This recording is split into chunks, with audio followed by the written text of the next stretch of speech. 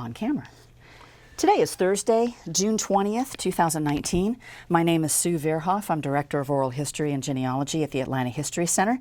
And we are here today with Mr. Al Boemker, who is working on part 3 of his interview, discussing his service during the Vietnam War and his life since the Vietnam War. And we want to thank you again, Al, for coming in today to do this. We're looking forward to this. I want to start by thanking you, and particularly I want you to mention to Kerry how much I enjoyed his being. I'm sorry he couldn't be here, but he was great.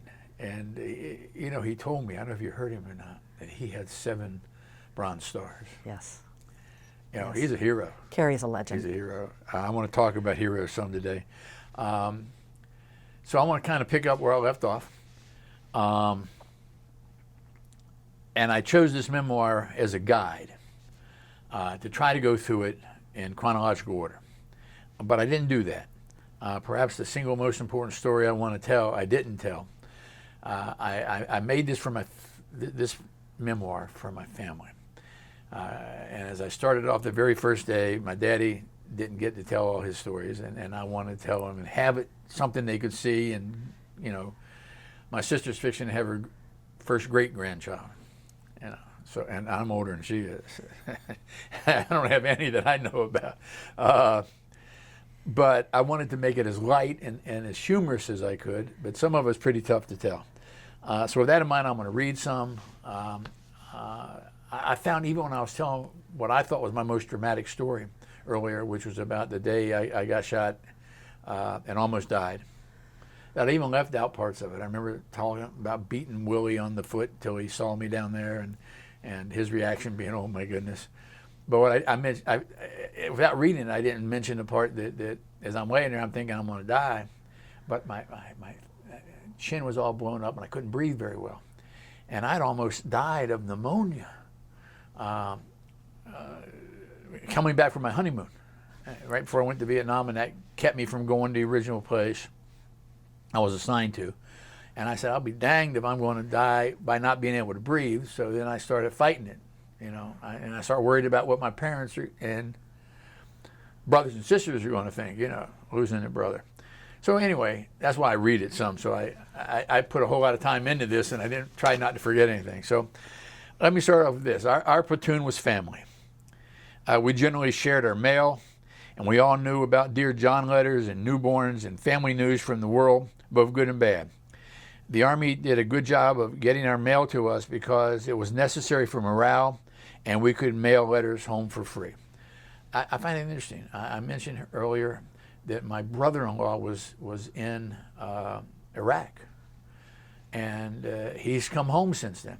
And the last letter I sent him, with a few little things in it, took so long to get there, he didn't get it. I had to give it to him when he came home because the letter came back returned to sender. So they did get us our mail fairly quickly, and it was really good. Hearing your name and mail call would make your day. Some people use small reel-to-reel tape recorders to send and receive early versions of voicemail. I did this several times. In addition to the radio I mentioned, I also bought him an Ultra 35mm Camel, state-of-the-art in '68. And we would buy them at PX with no markups since the PX system was non-profit. I'm going to talk about the PX system a little bit later. We did not have to pay any kind of tax for them, and they were relatively cheap. So I took lots of pictures with them. Another culture aspect I talked was the introduction of marijuana. I did it once. Other people did it more often. But with that in mind, I want to go back to the story I didn't tell in chronological order, and I want to read some about that. On May 29th, we found ourselves breaking dense jungle when we were attacked. We went into our herringbone formation and started firing as green enemy tracer rounds flew all around us. My track was the 7th position of 8. Our platoon leader was third in line. This is the new platoon leader. This was his normal location, not close enough to get hit first, but close enough to the front of the formation to see what the situation was. I cannot tell you the truth of what happened because I did not actually see it. I was busy putting out suppressing crossfire with the tracks to my front and rear. What I know for sure was that we took casualties. We withdrew from the jungle into a very large clearing and called for a medevac helicopter. We were several hundred yards from the tree line when we circled up. Here are some facts. It would be a long time before I got out, before I stopped hating the Army. I was never not proud of them. I was never not proud of the men in the unit I served with. Of all the reasons I am proud of serving with E Troop, 2nd Squadron, at the top of that list is that during the calendar year 1968, we suffered fewer KIAs than any other troop. My 2nd platoon suffered only 1 KIA. It was a remarkable record, and we attribute to the fact that, with some notable exceptions, we worked hard at being as professional as we could. Maybe we were, but the honest truth is we were very lucky. On May 29th, we stopped being lucky. I read this. I didn't anticipate this. Henry Clausen was shot in the neck. We did everything we could for him. My part was simply applying pressure to the bandage on his neck. After several minutes, I was relieved and another trooper applied pressure. When I stood up, I saw the chopper landing 50 yards away, and the crew chief motioned us to bring Henry to them. I have never been as distraught, as furious, and as crazy as I was in that moment. I ran across the field and grabbed the pilot by his leg and somehow communicated to him that he was going to follow me and bring the copter to Henry. I'm told that threats were issued. I do not remember that happening. All I know is that I did not let go of that pilot's leg until we moved to just next to Henry. In every war movie, there are stereotypes. Henry would have been played as the all-American farm boy from Iowa that he was. Nobody says anything bad about the dead, but in this case it was true. Everybody loved him. If I had to describe him in one word, it would be sweet. We never saw Henry again. All of us who could wrote letters to his new wife. I do not remember what I wrote other than trying to express what a fine man we all knew him to be. Big and unexpected changes were coming my way. The lieutenant called me to his track and told me that I was going to be awarded a Bronze Star for my actions. The squadron commander was up in a small command and control helicopter that he had flown to us when he heard about our contact and the medevac request. He had been flying overhead when I went to guide the chopper. What he saw was the enemy had followed us as we pulled out of the jungle and had set up on the tree line and were shooting us. He saw my actions as bravery under fire and told the LT to tell me. I said something like, "What? No, why?" I had no idea they were even shooting at me. And in fact, they were probably shooting at the chopper, which is why he landed behind us. I had been shot in the neck, and I thought if I could survive, then so could Henry. He was critical, and moving him was going to make it worse.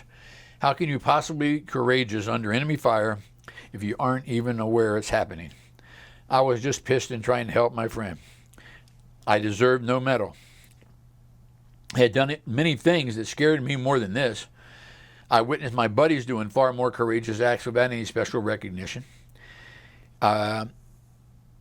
In fact, there were probably more medals, especially Bronze Stars, awarded in Vietnam than any past wars. It is the lowest ranking medal, and they were often passed out to boost morale in this terrible Alice in Wonderland place. We saddled up and, under the direction of the CNC helicopter, assaulted the tree line again. The enemy put up token resistance and dissipated into the jungle. What I learned that day is known to combat veterans, and it is our secret. When the heat of battle, we do not fight for our country or the folks back home. We fight for love. we love the guys next to us, and as that buddy standing next to you that you fight for. Our love for Henry turned into hatred for the lieutenant. As I mentioned, I did not see how Henry was shot.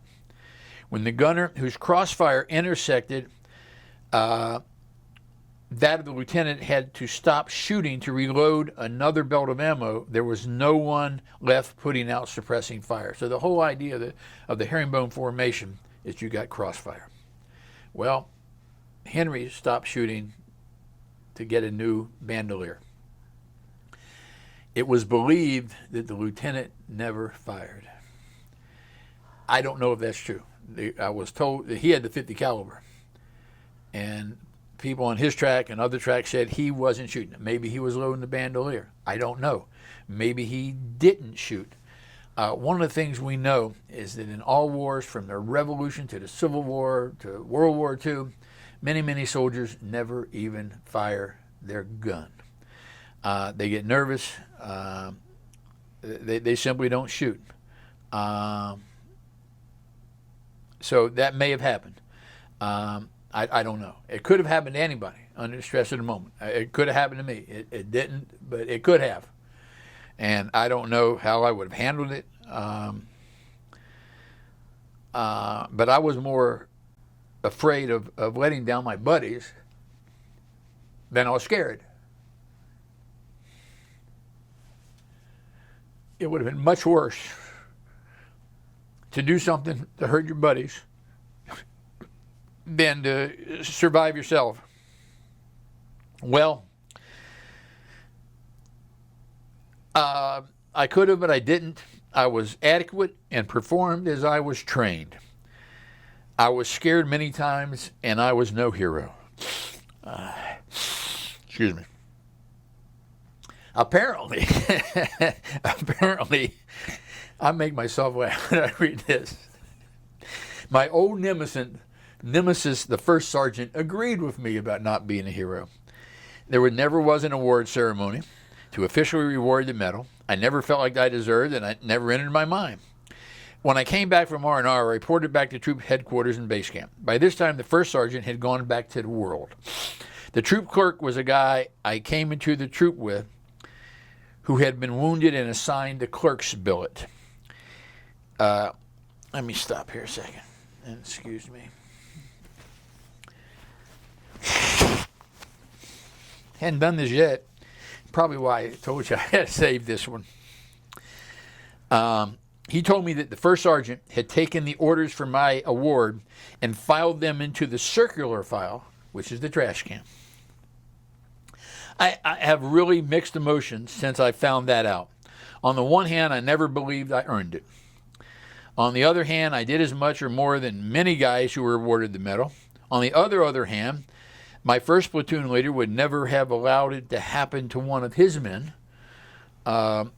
It was just one more reason to hate the Army. My other thinking on the process was, my daddy was a Marine who served at Iwo Jima. That would have really made him proud. But I didn't deserve it.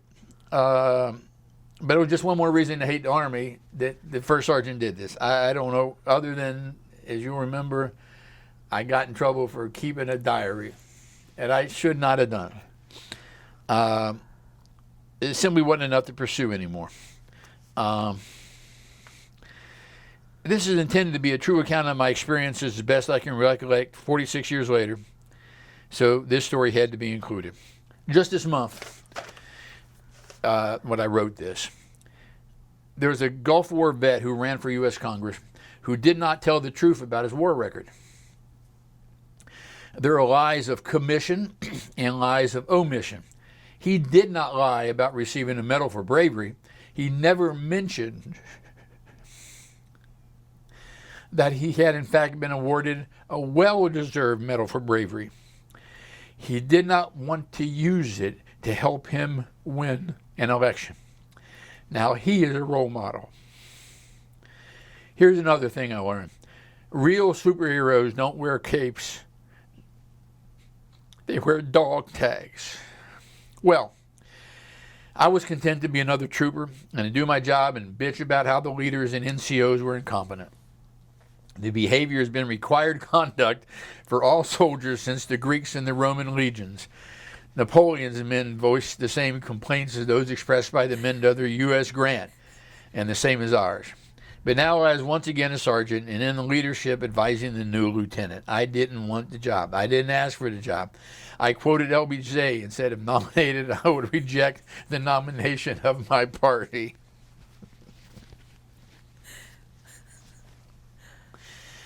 The first problem was that my party was my platoon. I was a veteran then, and there were nobody else they or I trusted to do a better job. Maybe things changed for me because everybody watched me go out and do what I did with the chopper. And that kind of respect is the best you can possibly have. But then you get the responsible. And so there was no other choice. You got to put your men at the top, and you got to protect them, keep them out of harm's way. There's no choice. You are responsible. Choose to take the right trail instead of the left, and if that lead track hits a mine or rolls into an ambush, there are no do-overs. Because I ran out to make the chopper, they treated me different. Well, I'm going to stop there and go back to where we left off.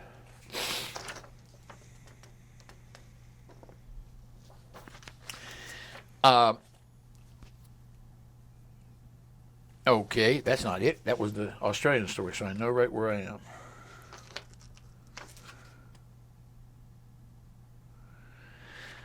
So I basically had come back from my third Purple Heart. This is sometime later than May. It could have been September. I don't know the exact time of that. But I returned to the unit the next day, much to the delight of the guy who had been platoon sergeant in my place. Because remember, there's been some time now between May and September. So he was the guy who had been platoon sergeant. Now I'm going to go back and take it. So he was delighted. He didn't have to do it anymore. The very next day, I was delighted to meet our new permanent platoon sergeant. He was a lifer who came to us from duty in Germany. By the end of the day, we knew we were in deep doo-doo. He did not want to hear anything from us.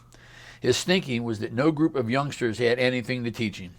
We were the holders of knowledge passed down for 2 years by those who went before us, and we veterans had a wealth of personal, first-hand experience he should have taken advantage of. But no.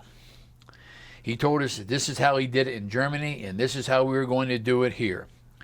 The lieutenant was happy to have a senior NCO to take over and would not buck him. It became my job to try to convince him that we were not in Germany or in the world, and that it was different here. It wasn't going to happen, and it didn't happen. The more we pushed, the harder he pushed back with peacetime barracks bullshit.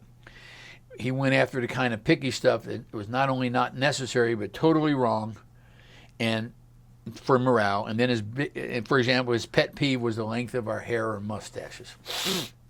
That was Germany Army. But the worst part was that he was showing he was the boss. And that's okay. You got to come in and establish you're the boss. But all he had to do was be competent, and we would have respected him. Then the next worst part was that he was wrong technically and tactically. And that could get us killed. He was a big hulk of a guy and was a perfect example of the dumb lifer stereotype. We eventually named him Magilla for a cartoon character from the Banana Splits TV show named Magilla Gorilla, if you remember that.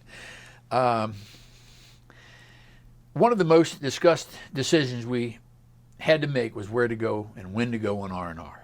Some wanted to go early as they could, which was after 6 months. Couldn't go until after 6 months. You could put in for it any time after that, with those having the most time in country getting first choice. I didn't think I could deal with having to come back and face 6 months. A married soldier could go to any location, but only married men could go to Hawaii. I opted to go when I had 2 months left, which would be November. Gail, my first wife, worked for Delta Airlines and could fly for free. The night before I left, we were in the boonies, and I had $200, and the day I left was a payday, and I was going to get another $100. The rest I had been sending home. Now, I said to Boonies, actually we were at a fire base support that I've talked about before. We spent a lot of time in one place, up high on a hill, looking over the Saigon River, way down below us. So that evening I got in a poker game, and I was up over $100 when I got the biggest hand of the night. And to make a long story short, a guy staying in the game with me. And he didn't have anything showing. We're playing 7-card stud. You can see the river, and you got cold cards. And he had no business being in it. He didn't have any cards showing, and anything that would help him had been shown with other people's cards, the ones that everybody can see what you got. And there's the only one card in the deck that could help him, he drew. And it was an inside royal straight. And there's only one card. I mean, I think it was like this 9 of diamonds or something I wrote in here, but he won. So I not only lost my money, I lost the money I'd won. Now, I did get the $100 the next day was payday. But here's where this gets interesting. I think it's a really interesting part of the story. They changed the money that day, right before payday. They took all the old money is now obsolete. If you got any, turn it in for new money. Now, they're doing this for several reasons. There was a black market for greenback American dollars in Vietnam. And the government, the military said, you can't have any American money. The Russians, the commies, whoever, the Chinese are going to try to devalue our money by getting a hold of it and doing things with it. I never quite understood that. But you get in bad trouble if you had American money. But you could make a profit on the black market. We would trade piastres, 100 to $1 with the Vietnamese, but they were really worth about 120 to the dollar. So the Vietnamese made a 20% profit right off the bat. But there were people who knew what they were doing, usually the guys in the rear, who would trade it even up. They'd get 120 for the dollar. And they'd have people send them greenback dollars from home. I never knew anything personal about this. This is just what we learned. So they'd make the 20% profit. And they'd go back and swap it, the piastres, and get money orders. Send home the money order, they made a 20% profit. The more money comes back next week, they send it home, make another 20% profit. Now, if you're talking a couple $1,000s, you're making big money back then. So they're going to stop that, and they're going to stop the Vietnamese from holding the piastres, not only the piastres, but our MPC, military payment certificates, our monopoly money. And you even had coin money, nickels, dimes, quarters. So you could have a wallet this thick and have $10 in it with all of that nickels, dimes, and quarters stuff. But they swapped it out. Brand new money the day I left. So I got paid in new money and then swapped it in for greenbacks when I went on R&R. But other people didn't. And if you had money, and you could, and they closed the bases down. There was a stand down everywhere, particularly on the base camps. You could not leave camp and go buy money. You could get it, 10 for 1, because the Vietnamese are going to lose everything. So they got thousands of dollars in an establishment of MPC. That's going to be worthless the next day. So I wasn't there for all that drama. All I know is I got paid and immediately turned it in for other money so I could go on a leave on R&R. So that really sticks in a lady. That was that dumb luck, and he had no business, didn't know what he was doing. I've never gambled for serious money since then. I go to Vegas and maybe play the nickel slot machines. So we were paid in that, and if you had this, if you tried all of a sudden to turn in, you're a soldier, you're trying to turn in $5,000 of MPC, you got a whole lot of explaining to do, Lucy. Where did you get $5,000? You've been working in the black market. So they were flat out of luck. So I'm going on R&R. Did I write about that? I put on a khaki uniform, instead of the jungle fatigues and made my way to the airport. The plane was filled with the second happiest group of guys I had ever been part of. Smiles were on faces that could not be removed. Anticipation of both the return to the world and marital bliss was also evident on every face. The only drawback was how long it seemed to take to get there. We were put on Army buses and taken to a theater on Fort de Russy and given an introduction lecture on what not to do's. Then we were released to the custody of our wives. Fort de Russy was built in 1915 to protect Hawaii and sits on the best property on Waikiki Beach. We stayed at a hotel a block from the beach. We did a whole lot of tourist things, my wife and I, and drove around the island, saw a SeaWorld show, drove a dune buggy one day, went to the beach daily, went to a luau at Fort de Russy that they held for the soldiers. It was held every week for that week's R&R group. We watched as they brought out the pig out of the ground and ate poi, and watched the sun go down and drank Mai Tais and Singapore slings, which were good, and ate the poi, which was not. We watched the hula dance show. We watched the sunset on the Pacific Ocean. One day we drove to Diamond Head, and as we passed, this is an interesting story, past the high school, and it was lunch time when we went by it. And the high school was right across the street from the beach. And the kids all came out, and the girls had on muumuus. And the guys would take off their clothes and have shorts on underneath, and they would go swimming and surfing in the water during the lunch. That was the coolest thing I've seen. That was just incredibly cool to watch these kids run across the front grass and into the water during their lunch break. Cool stuff. Once you got past the water line at Diamond Head, you started walking on coral that cut your feet. November is the start of the big wave season in Hawaii, and the best surfing beaches were dangerous if you were too close to the shore.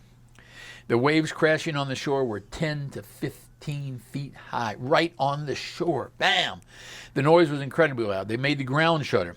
I wouldn't even get into the water on those beaches. This was as far from Vietnam as you could get. Even the local police cars were special. They drove hot sports cars, and they'd put a bubble light on top when they needed to. They drove Mustangs and Camaros and GTOs. In the back of my mind, the clock was ticking. It made every moment intense. The only mistake we made was develop our pictures right there instead of waiting until later. That ate up some money. I'm a little short of money now because I lost it. I got $100, and that's nice, and that was a lot back then for a week. And my wife brought money, but it still wasn't as much as I would have had. Even if I hadn't gambled, I'd have had more money. On our last full day, full depression set in for both of us. I had to go back. Our last meal was the night before I left, and I wanted it to be special. So we went to an expensive French restaurant in a tourist shopping mall. It was way too sophisticated for me, and I was nervous and depressed as well as worrying about how expensive it was. Despite our best efforts, it was not an enjoyable meal. When the check came, I had just enough to pay it with only a single dollar left. I left that dollar for the tip, and as we were walking down the street, the waiter came running up behind me and said, Sir, you forgot this," and put the dollar back in my hand. That was just the kind of embarrassment I needed to complete the evening. Now, many members of my family, including my sons, have worked for tips, and I know from their experience that getting stiffed is an ugly part of the job. I have always remembered how it felt, but I quickly got over it. That dollar was all I had, and it wasn't going back to the RVN, Republic of Vietnam. I put that dollar to good use buying some gum and snacks for the returning trip. I had to report back in uniform, and I carried what was left of a bottle of rum to drink on the plane.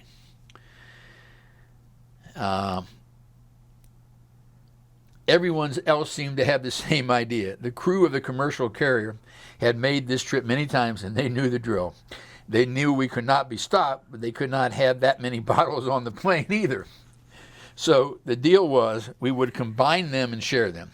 We often mixed rum with rum and so forth, with gin and vodka and scotch and bourbon, sometimes all poured into one bottle. Several bottles were a combination of these. As happy as we were on the trip to Hawaii, we were just as depressed going back. It was not often that rank was not a factor in the military. But on our way back, privates and sergeants and colonels all shared the same bottles. It always seemed the trip back is shorter than the one going, but this time it was true. Just flying over Vietnam made my skin crawl. I was down to 35 days in a wake-up. Trying to figure out what I want to... Okay. This is my alien story. I saw aliens. Not many people saw aliens in Vietnam, but I saw aliens. I caught a supply chopper back to Black Horse, and since E Troop was on its way back from the field, I had it easy for a day. That evening, I walked to the middle of the camp near the hospital. Excuse me. So it's nighttime. I'm going to see an outdoor movie. This is a big base camp, so this is in the middle of the camp. Hadn't spent too much time in this area. And I went to see a movie. I stopped at the EM Club on the way, bought a six-pack of beer. It cost 60 cents, dime a piece. That's the most heavily taxed item in the country is alcohol. So I had a six-pack, and the movie was called, it was Albert Finney, Audrey Hepburn, called Two for the Road. It was a movie about a love affair and later a marriage gone wrong. Having just returned from Hawaii, I found it very sad and moving film, and I've always loved the theme song composed by Henry Mancini, who considered it his best work. See, I go in a lot of detail on this I don't usually talk about.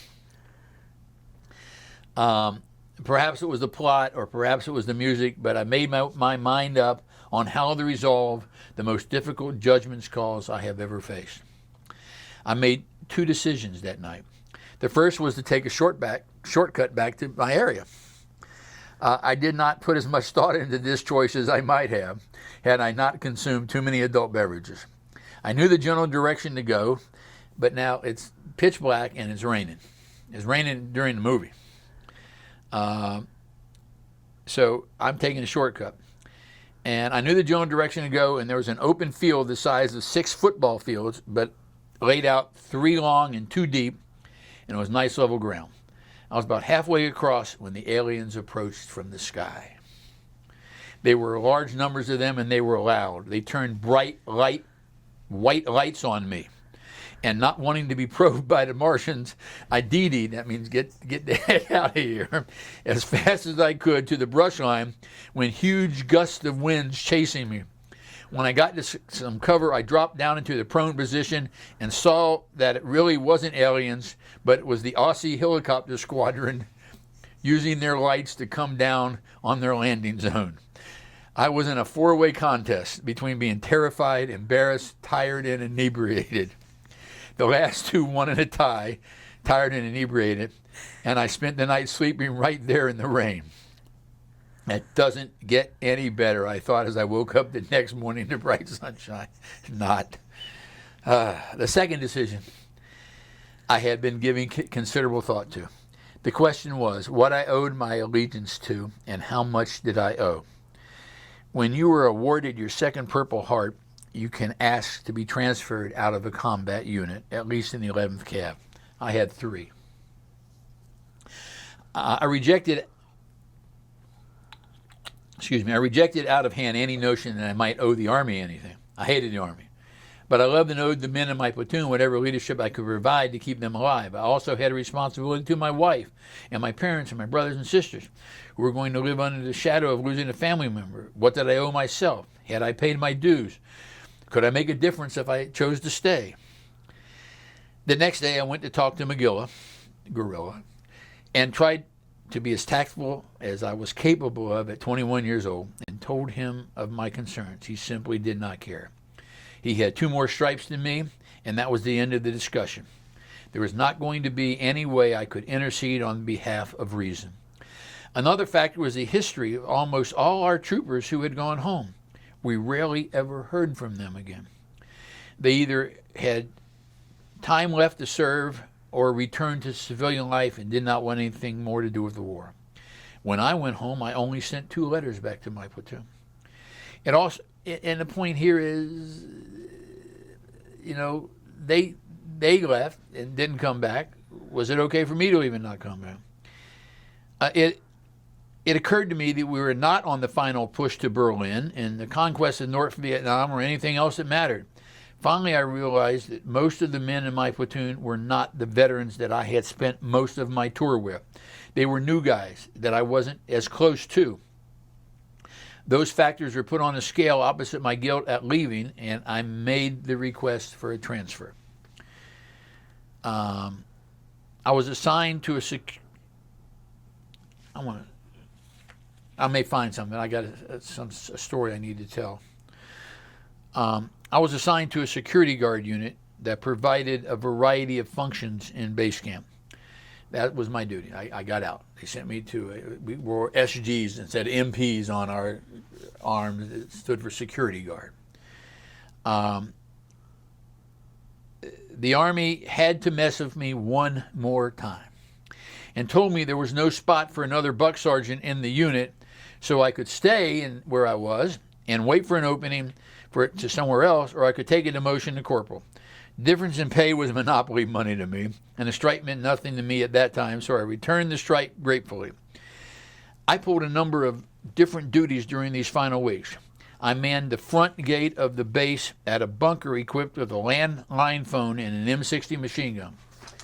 It was outside of the perimeter of the base camp, and my duty was to check out all non-military vehicles. I have a picture taken from behind the gun, and you can see the rubber tree plantation in the background.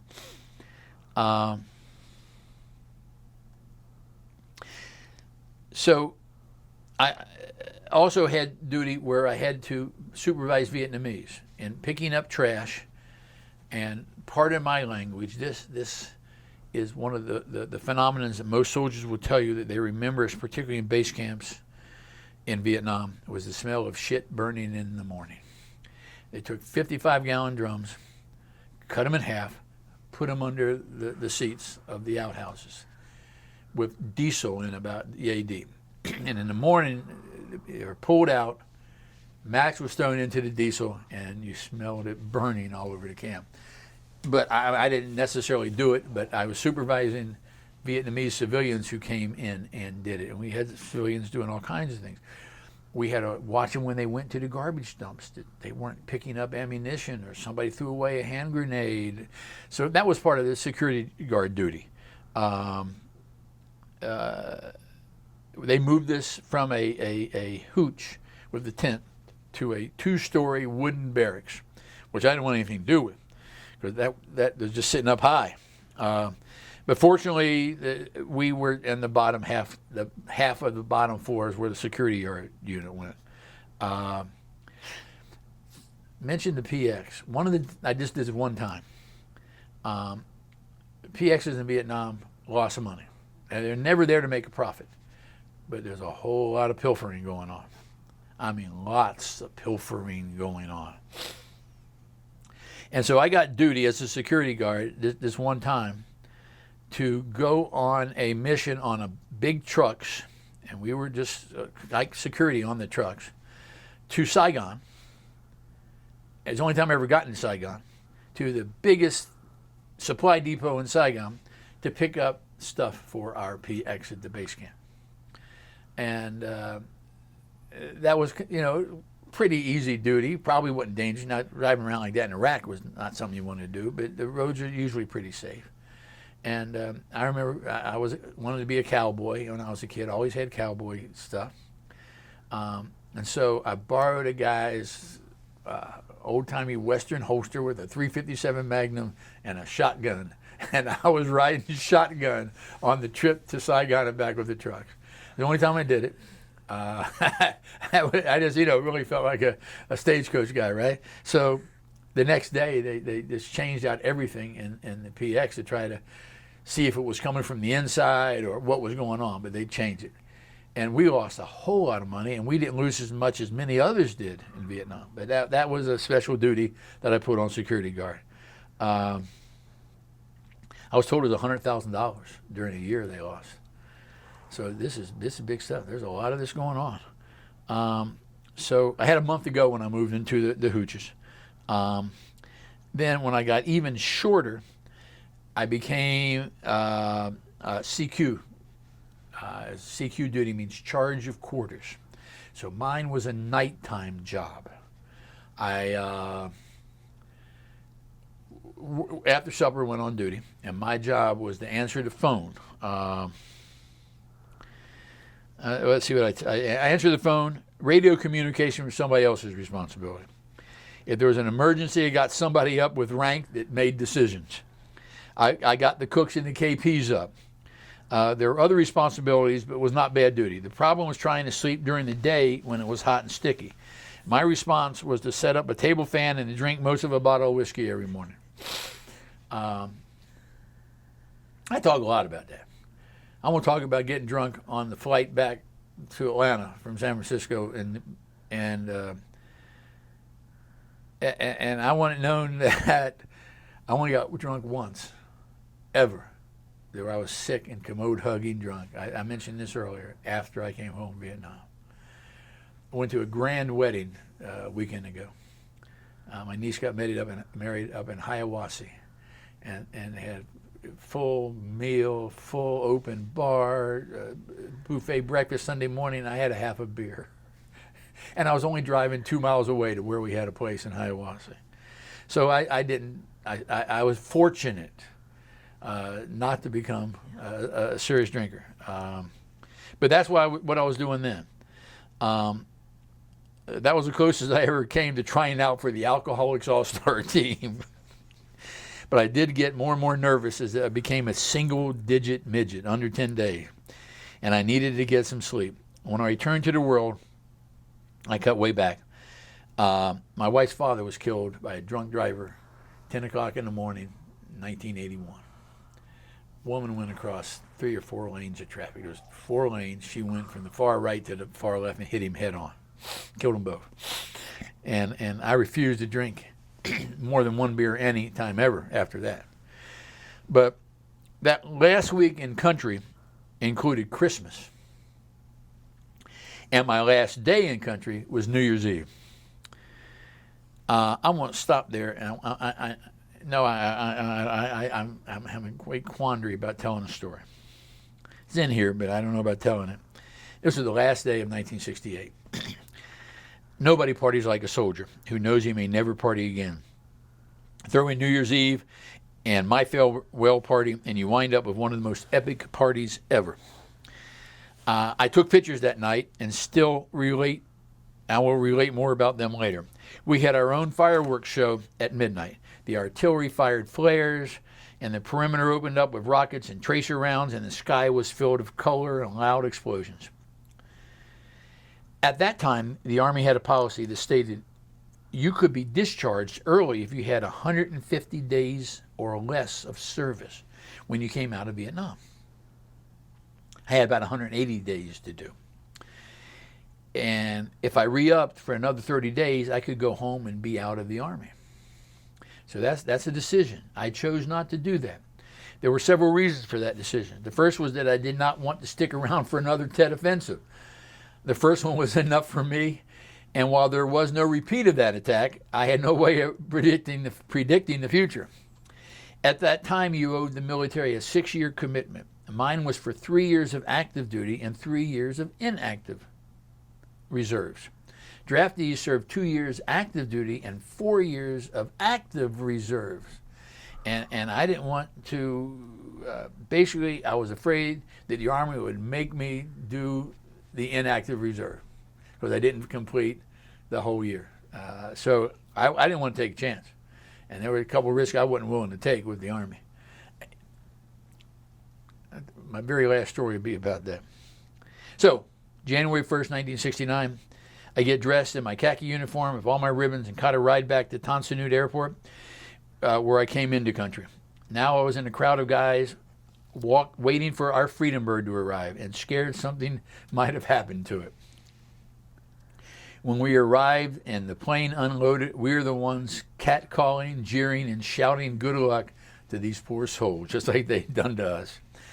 I have been planning and knew what public announcement I was going to yell when I got on the big bird, and I swore I would do it, and I did. As my foot hit the first steps of the stairs, I yelled, "Goodbye, Vietnam!" And I held that note until I hit the door. I was blessed to be in that place at that time, as I have ever been fortunate enough to have been blessed with so many best ever moments in my whole life, of best moments. And I feel a little guilty about this, but I had my wedding day. 2 of them, actually. One after coming home from Vietnam, who were fixing to celebrate our 45th wedding anniversary. I had the birth of my children. My 40th wedding anniversary we went to. Now I'm going to have 45. The day I graduated from college after 7 years of working full-time and going to school part-time, getting my master's degree with both sets of parents in attendance. And my wife got her specialist degree, which you know as a teacher is like a doctorate without the dissertation. And my brothers and sisters were there. Both sets of parents were there. One thing I learned from all this is, despite this formal education, I was never smarter than my brothers and sisters. But the embarrassment comes from the fact that of all those incredible events, getting on that airplane was the best moment of my life. I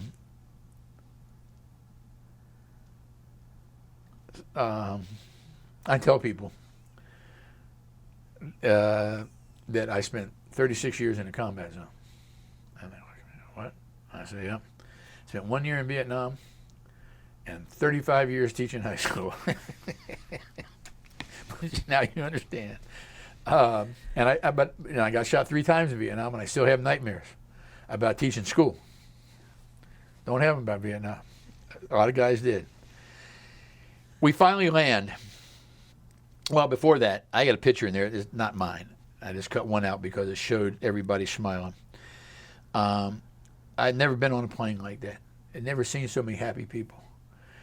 Never seen such smiles. You could not get, your jaws hurt from smiling. You're going home. And it all started once we got outside the territorial waters. Even then, we were afraid they were going to shoot us down. And that was an amazing trip. We finally landed at Travis Air Force Base. We didn't go to Hawaii to come home. I don't think. Yeah, we did. Actually, we did. I'm sorry. We stopped off at Hawaii and then home. And I remember that because I bought some stuff for that $1 in an airport in Hawaii.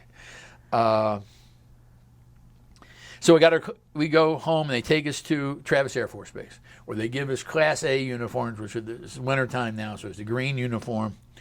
They process out. I was finally released, and because I was anxious and wanted to be gone, when I got to the San Francisco airport, I guess I took a taxi, I don't remember. I stopped at a pay booth and called home. I had bought another Minolta camera and left it in the phone booth for 30 seconds before I realized. And I ran back to get the camera, and it was gone. And I was unhappy about losing the camera, but I was very upset about losing the film in the camera. It was used to take dozens or more photos of my last night in the most epic of parties. Now, I got a few of them that were in another roll, and you can see its craziness. I would gladly have swapped the camera for the film. I could not catch a plane to Atlanta, so I went home by way of New York, where I caught a connecting flight. Since I was in uniform, I did not fly first class, but I was served several adult beverages on each plane. I had been traveling nonstop halfway around the world and was not only tired, but also suffering from jet lag. Alcohol affects you more on planes, I found out. When I got to the airport, I was looking forward to seeing friends and family because I thought they'd meet me at the airport.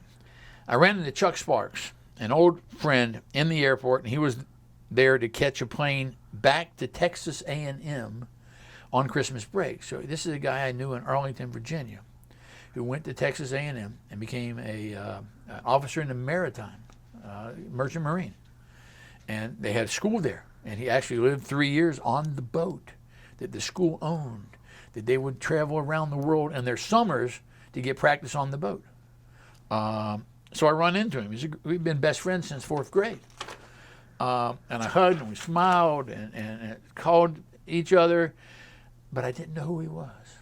I didn't realize he was. I thought he was from Atlanta, but I was a little high and worn out, and it took me a while to figure out. No, this was the guy. So I'm telling you, that's who he was, but I didn't know that's who he was at the time. So I'd gotten lucky in New York and caught an earlier flight than I had anticipated, and the family was not expecting me for a few more hours, so they weren't anybody there yet.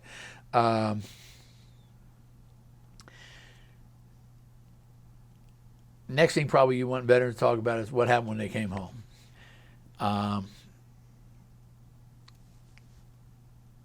Before I do that, I want to go back to Henry Clausen.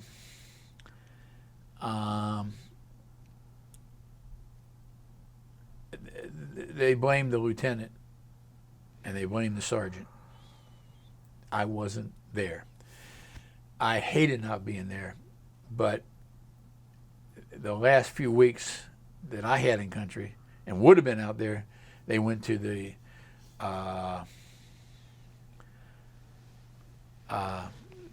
border of Cambodia, and they made contact.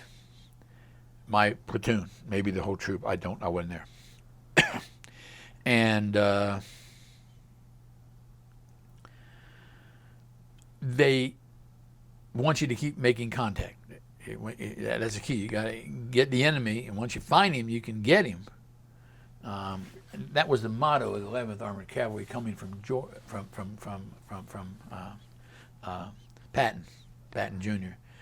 Find the bastards and pile on. So you don't, and they would retreat, and they go up a little hill, and they go after them. They go up a little hill, set up again. You have to beat them off the hill. Go up again, beat them off the hill.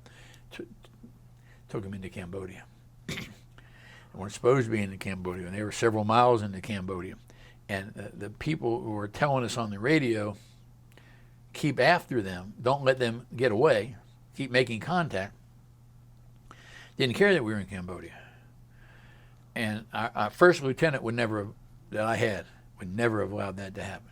He would have said, we lost contact, we ain't going into Cambodia. So he went to Cambodia and got shot up. I don't know what happened. I just heard a story. But bad things happened both to the lieutenant who was killed and to the sergeant who apparently had his thumb torn off. Remember we talked about guns getting stuck? His gun got stuck between him and the cupola, and the driver kept going and took his thumb off. I don't know if it was on purpose, accidental, don't know. But I wasn't there, and always felt bad about that. I don't know that I could have made a difference, how I might have got killed. I would have been real short when this happened, single-digit midget. I might have already come home. But I didn't know that for a while. I wasn't even aware of that for a while, but that's something that's going to come back later. So I'm home. We had an apartment on Virginia Avenue, right at the big curve on the way to the airport. The people in Atlanta know. The only nightmare I ever really had was the second night when during the middle of the night I heard loud banging noises, and I jumped out of bed and crawled on the floor looking for my rifle. Across the street at the time was an empty parking lot where a rent-a-car company was storing cars. The noises I heard from the cars being unloaded from those big trailers. I had a month's leave left, and then another 5 months, and I was out. By this time, however, I had learned to play the Army game. I came home unassigned. They didn't send me, when they sent me home, I didn't have any orders. But I had been writing letters. I got my wife to write letters. I got my parents, my brothers and sisters, anybody I could think of to write letters to all three of my representatives, both senators and my congressman, saying, my wife's a nervous wreck. She's having a nervous breakdown. The guy's got 3 Purple Hearts. We need to find something for him to do Atlanta. She can't leave her job to go with him anywhere else. Get him in Atlanta. I'd grown up living next to congressmen in Washington, D.C., and I knew how that worked. Um, and in the military, if you had any connection to congressmen, you got special attention. They didn't want you writing letters back to your congressman. Met a guy at the gym just in the last week or two who told me a story. He was in the Navy, and he was on actually the boats that they used and the rivers. That he got called into his first sergeant. Said, "You everything going all right? Anything going on? You happy? You don't have any problems with the Army? We treating you okay?" He said, "Yes, sir, yes, sir." He says, "Why are you asking? Everything's fine, Sarge." And he says, "Well, we saw that your mail came, and you got a letter from Senator John Stennis. And we want to know, are you talking to the senator, and what you got to say?" No. He says, "He's my uncle." And just a personal letter, he's my uncle. So the Army takes these things into effect. And so with all these letters being written, having the 3 Purple Hearts, basically I got a letter from both senators and my congressman saying I was going to be attached to Fort McPherson, right out here where I lived in Hapeville, right down the street basically from Fort Mac. And this was fantastic. So I took the month's leave. Got the letters came back. Apparently, a letter came from me. I certainly don't know anything about it. I don't remember whether it was orders from the Army, because I was unassigned, and I got other orders from the Army. I'm told. I surely wouldn't remember this, because I said that I didn't remember this, seeing them. But maybe 1 or 2 orders, either one to both places, or I can't remember. But it was either Fort Riley, Kansas, or Fort Huachuca, Arizona, is where I'm now supposed to go. So those orders are ignored. If I ever saw them, those orders are ignored. So my month's leave is up, and I report to Fort Mac. Go to personnel and say, I need to be assigned here. And they say, well, my leave is up. I spent my month's leave. Time for me to report back to duty. It's been exactly 30 days. Here is what I have for you. So I show them the letters from the congressmen and the senators. And they don't know what to do with them. What is this? They don't know about any other orders. I don't know about any other orders. And they call the personnel office at the Pentagon. So I'm assigned to Fort McPherson with duty to be determined later. And that's what they're doing at this personnel office by way of these letters. So what are they going to do with me? Well, they see I was a security guard over there, which I mentioned in the letters, because you also want to mention what you can do. He can do this, he could do this, he could do this. There are things he could do in Atlanta. So you got a spot for him to help convince him to send me there. So I got assigned to the Army Induction Center on Ponce de Leon as a security guard. And I lived in Hapeville and drove in every morning and got there, sharp-looking uniform, the whole bit. Sometimes I worked the back gate where vehicles would come in, or the front door. And that was my job. And what it was, I don't know if you remember it or not, because it's not there anymore. The building's turned into something else. But it was next to the old Sears building across the street from where the Crackers played baseball, which is now a shopping mall center on Ponce de Leon. I'm going to go by it when I go home today. I'm going a different way. I got to go do a doctor this afternoon. Anyway, that's my duty. And it's also a very large southeastern headquarters for the Army Reserve. So there's all kinds of Army Reserve units, guys coming through. Quick little side story. There's a place next to it, right? Buildings like this next to each other, a little bar called Dupree's. And there are all kinds of guys who would come in from all over the Southeast for a meeting or some reason they had to be at this facility. And they get out, well, there's a bar right next door, and they go into the bar, and it was a lesbian bar. And none of these guys ever did anything but get out or got thrown out of the bar. There was a huge, and so this was, you came to get the physicals. I met a guy there that I saw him walking down the hall. He was about a 6'3" American Native Indian. Full bird colonel. And I saw his name, and somebody told me about him, and I went, and they had printing presses in there. They had all kinds of stuff where they did printing in this facility, because it's a huge facility. And I looked him up. He was a Congressional Medal of Honor winner from World War II, who did an Audie Murphy kind of attacking tanks by himself with hand grenades. And he stayed in the Army, and he was head of the reserves there. And I, you know, blown away being in his presence. Everything was fine for a long time. Only bad thing that happened, I wasn't there. This particular incident happened at night. The front of this building had a plate glass window that had to be 25, 30 feet high and 60 feet long. Huge window.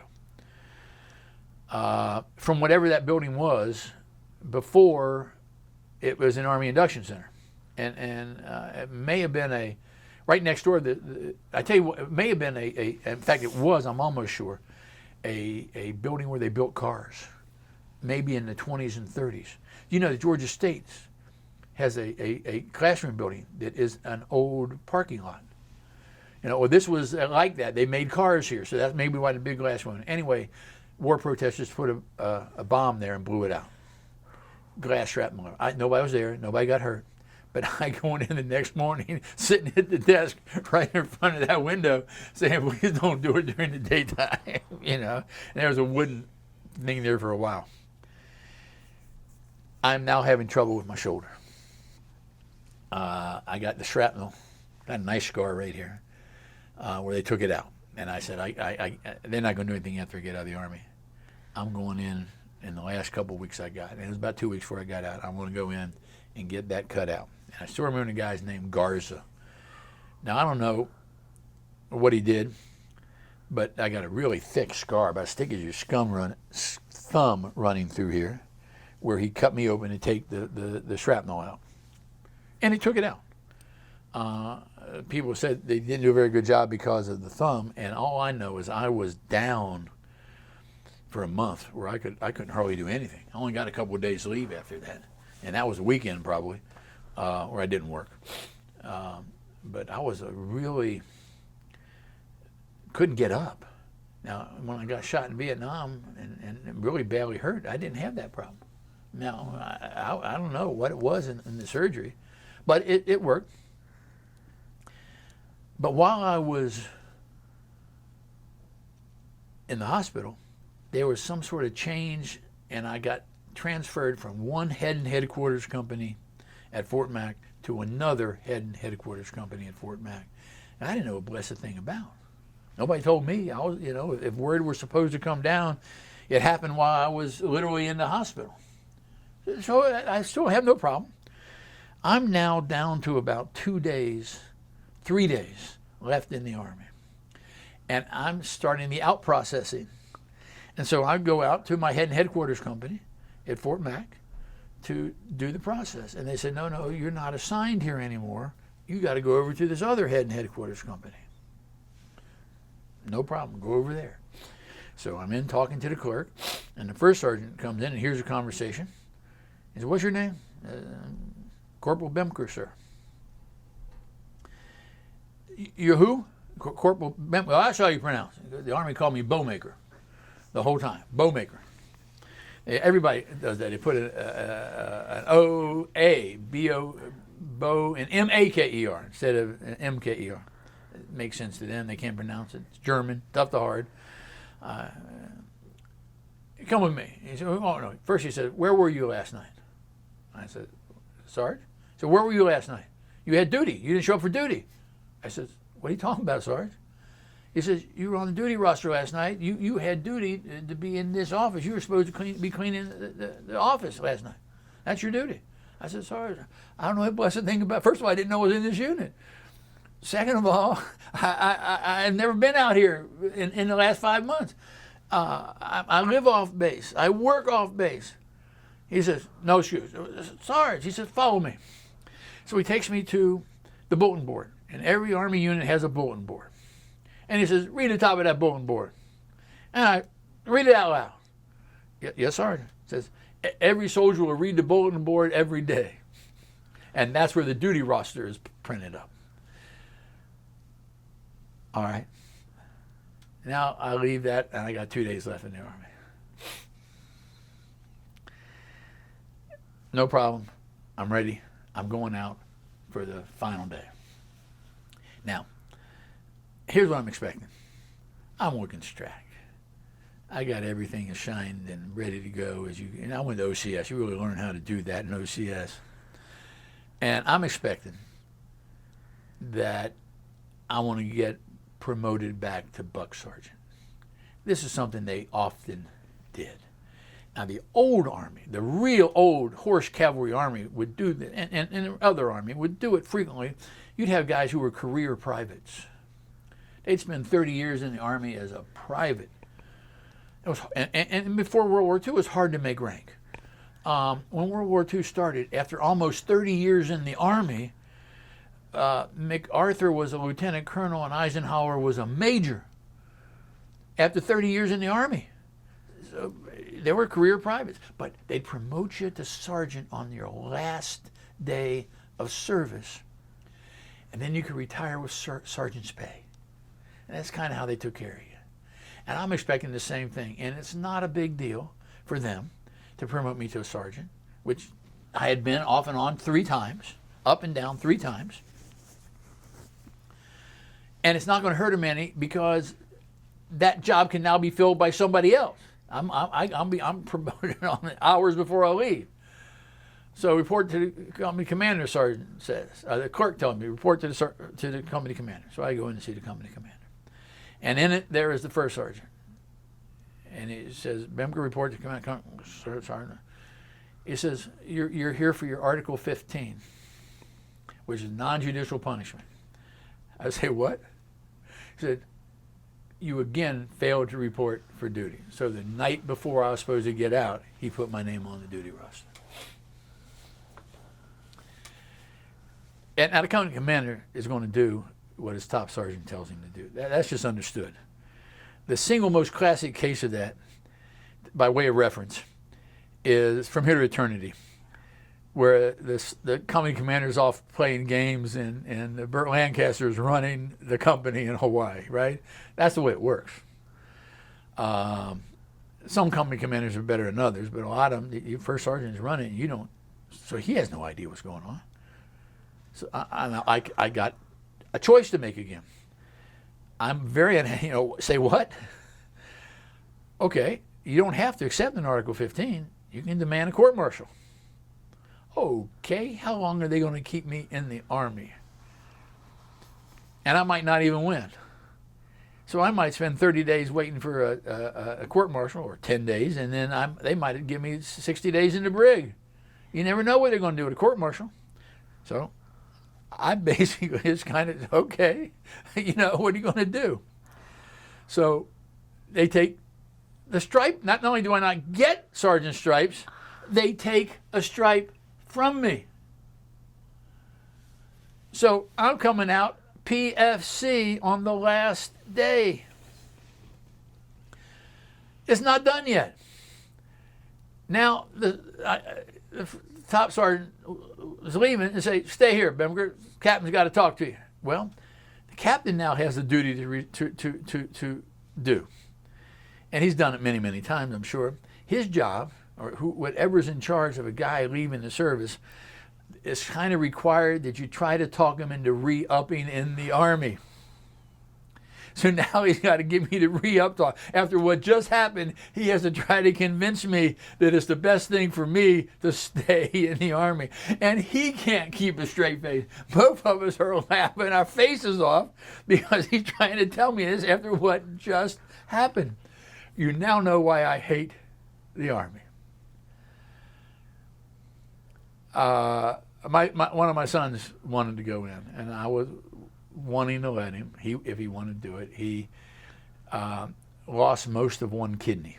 He was born with a birth defect, and he's only got like 10% function in one kidney. The other one's good, but he's got 10% in one kidney, giving him a total of 60% function. And as long as this one don't get hurt, he's okay. But so he didn't get in the military. And I had mixed feelings. It had been good for him. And I went in. It might have helped him in all kinds of ways. but I'm awfully glad he didn't go too. He could have ended up over there. And I'm not sure things have changed that much. I've read stories. I'm still consider myself to be a scholar, and I read everything I can get my hands on and everything I can get my hands on.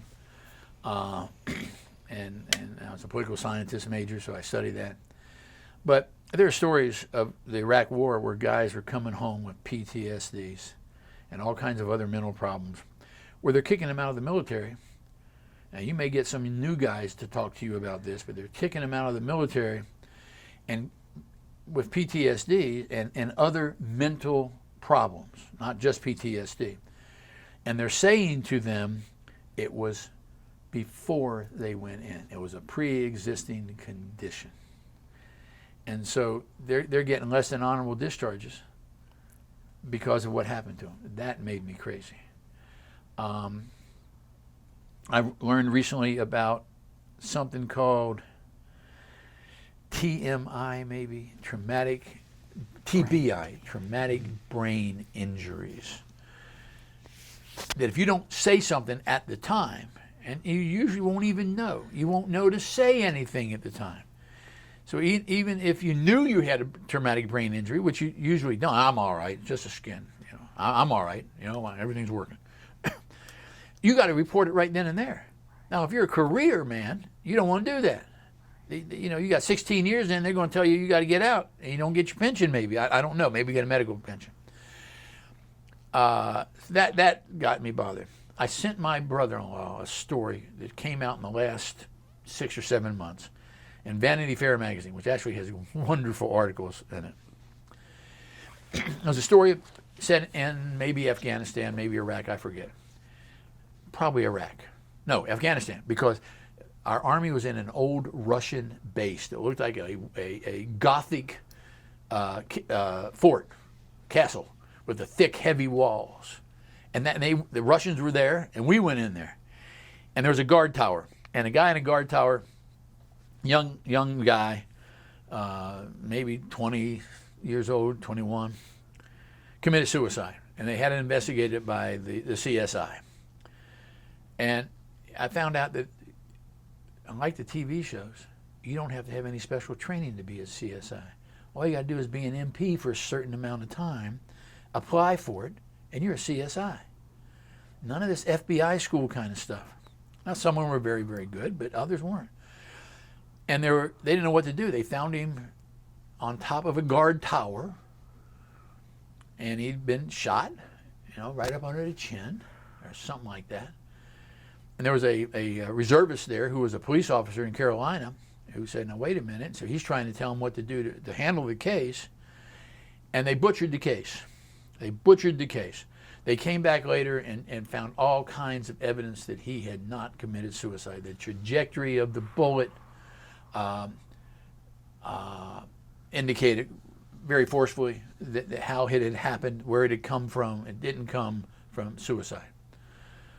He had written letters home to his mama that he was getting in trouble with a sergeant who was dealing in the black market with drugs in Afghanistan. So the odds are very careful, very clear that it probably was not a suicide, but that's how it was ruled, and the parents have been fighting it, and they can't get anywhere.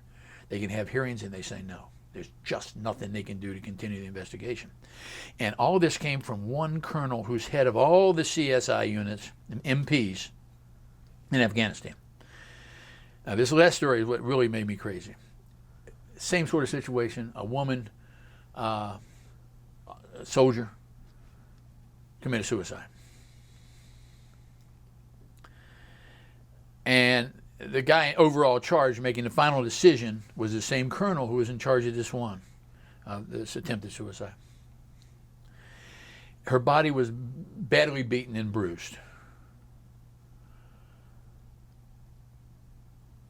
Someone had poured something like ammonia or some sort of acidic acid in her vagina, and they called it a suicide. So I still have problems with the Army. But fortunately, I didn't have too many issues after that. There was only one time that I really had a getting scared. That thing with the trucks, that scared me a little bit. I will say this: I felt totally naked without my weapons. So I went and bought a shotgun and a .357 Magnum and had them with me. Got rid of them after a while, but I just felt naked because you couldn't go anywhere in Vietnam without being armed. And all of a sudden, I'm on the street and it's more dangerous. We had a guy in our unit named Shorty. And mostly that means tall guys are called Shorty, but he was Shorty. He was a little guy. And he said, little black guy, nice guy. I know I mentioned something. I mentioned some of their names earlier. My guys with names like Rat and Angel, Wop. I'm leaving out Shorty and two hippies, one from California, one a Polish guy from Chicago. The Polish guy was named Flower Power, and the guy from California was Superman, named for Donovan's Sunshine Superman song. But Shorty said he was much more scared of going home to the streets of D.C. than he was in Vietnam. That's how tough the streets of D.C. Read George Pelecanos, who writes about D.C. crime. Are you familiar with him at all? Mm-mm. I'll tell you about it later. So I was a little nervous. Atlanta could be a tough place back then. As soon as I got out of the Army in July, one more story about how I felt about the Army. I went in on July the 5th, 1966. I came out July the 3rd, 1969. It was because of a weekend situation. Then the 4th of July holiday, I came out a day early. I've been scared ever since they want their day back. That's how I felt about them. But I'm out, and I meet with a buddy. I somehow run across a guy who actually in my platoon and served with me. Only time I've ever done that since. I haven't seen him since. Even when I go to Army reunions, I can't find those guys I want to talk to that were in my platoon in my year. I found other guys from the troop, but not those ones. But we were out. I had a girlfriend before I got married, and we went out and got together and started telling war stories. And we literally scared each other to death. It's the only time. But we started telling these graphic things that we saw happen, and we got shaken. We got to shaking. That was the only time. Now, I'm very fortunate about that. That was the only time. So I'm out of the Army.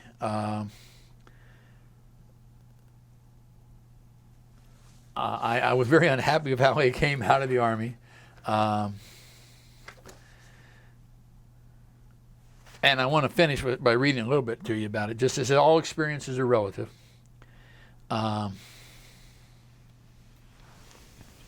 Compared to civilians, my story must seem very harrowing. Compared to those who served in Vietnam but never came under fire or who were never wounded, it must seem intense or scary. We got a time? Back on camera. So one of the expressions we had in Vietnam about the Army was how I felt toward the end. And it was a double sort of thing. One was, what are they going to do, send me to Vietnam? Another one, it may have been just endemic to my unit, was don't mean nothing. Don't mean nothing. And that's how I felt about how I came out. But, you know, I've grown into becoming a teacher and a coach and all these things. I blame a lot of it on my immaturity, that I should have gone and done what I was supposed to. I didn't know I was supposed to do it. I wasn't going out there to check. But all experiences are relative. Compared to civilian, my story must seem very harrowing. Compared to those who served in Vietnam but never came under fire or were never wounded, it must seem intense or scary. Most of those guys are probably happy with their own stories that are less traumatic. To those who served with me, it would seem I am telling their stories. All our experiences are different, and they are all the same. When I compare my story to those of any infantryman like Carey, they pale in comparison. Even if they never have been wounded in the life of an infantryman was much more difficult than my own. In my own eyes, I cannot believe how fortunate I am compared to those who lost their sight or arms or legs. There's an expression we use at our reunion that states, all gave some gave all.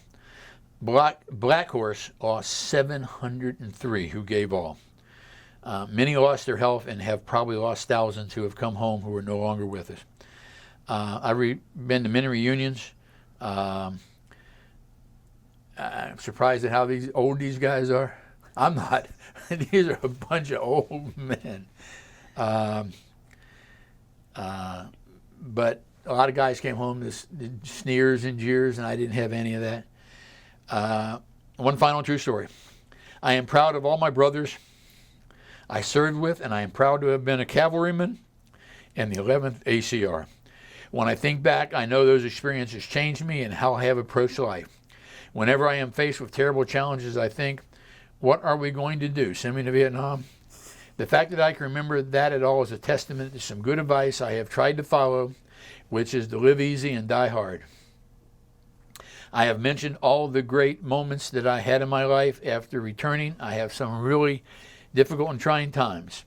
But as hard as these days were, none, I can honestly say, have ever really been bad since my second birthday, March 23rd, 1968. I'm not.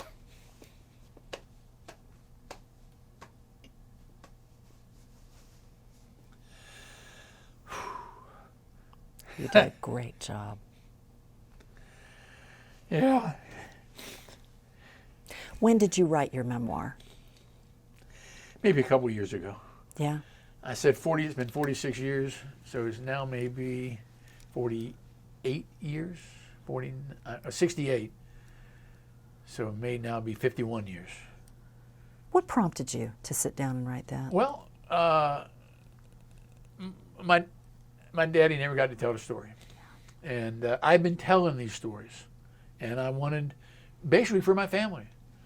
You know, I mentioned earlier that my daddy didn't talk too much, but he told different stories to different ones of us. So my brothers and sisters heard things that I had never heard. Wow. So, you know, I wanted to try to get it all down in one place for them. And now this is fantastic. I get to share it. I don't know if anybody's ever going to read it or look at it. It's a unique story. You know, a lot of things I did were unique to everybody. I watch movies. One of my favorite, I showed my kids almost every year, was Letters Home from Vietnam. Have you ever seen it? I haven't. I just completely, totally recommend it. It's a documentary, and it talks to people who came over early, and they're there for mom and dad and apple pie, and they have all kinds of celebrities voicing the words from the letters. And you can see the tone getting darker and darker and darker till the end of it. They're psychotic messes. And I've seen lots of other documentaries. I'm watching, and I had a hard time. I had to stop after 2 watching Ken Burns' Vietnam. But every one of them I know. I mean, I know every one of them. Yeah, every story is different. So, you know, they didn't have this experience I had with the sergeants. They didn't do the dumb thing I did with the letter, the diary. They didn't write letters home getting stationed somewhere different. So I had some unique experiences. So I thought I would share those. You know, but mostly it's my family. I got a big family. I'm going to have a hard time saying this. I'm the oldest of 10 kids, but only 5 of us are left alive. That's tough. But I got lots of nieces and nephews. And one Christmas, I had this all printed up. I made a copy for all my family and went and gave it to them at Christmas. How many children? I have 2. Any grandchildren? No, Okay. that I know of. My sons are going to turn 34 and 32 this year. And where are they? Are they here in the Both in Atlanta. Okay. One's living at home, and I love him living at home. He has a job he likes. He don't make any money, and I don't want him to leave. He's thinking about buying a house. My other son just bought a house. I talked to him last night. He makes money. He made more money than my wife and I did put together. He works for Turner Broadcasting, he He was a jock who became a nerd. Usually it works the other way around, right? He was a jock. I thought he had a career as a college baseball player, and he gave it up to become a computer nerd, and now it's paying off for him. Wow. Because he does IT stuff. He's a television engineer who's going to London in July. All expenses paid, first class ticket to London to do stuff with Turner and CNN over there. It's a dirty job, right? Yeah, yeah. Oh, he just came back from, I think when I was giving one of my talks, he was in Australia. Yes. Yeah, what a deal. Yeah. What a deal. Well, I can't tell you how much we appreciate you coming in and doing this and making sure that your full story gets captured. And as grateful as I am that you wrote that memoir, speaking as a Navy wife, an Air Force daughter, and an Army granddaughter, nothing beats hearing it. Yeah. And seeing well, your like I say, face. when I first started this, I missed Yep. some stuff that I really went back and tried to get my memory riled up. Yeah. And put it on paper, and then to write it in such a way as that would be entertaining and funny. You know, that was the goal. Yeah. To be more amusing than macabre. You know? Well, you did a great job, and we appreciate everything. I that you looked did. at myself. That's how I teach. That's you know who I am. It's awesome. Well, thank you so much for thank you. coming in and doing this. Thank you for your service, and welcome home. Thank you. Let me do this. Let me give you this, and then see what we want to do with the photos. All right, let me get us off camera then. All right, where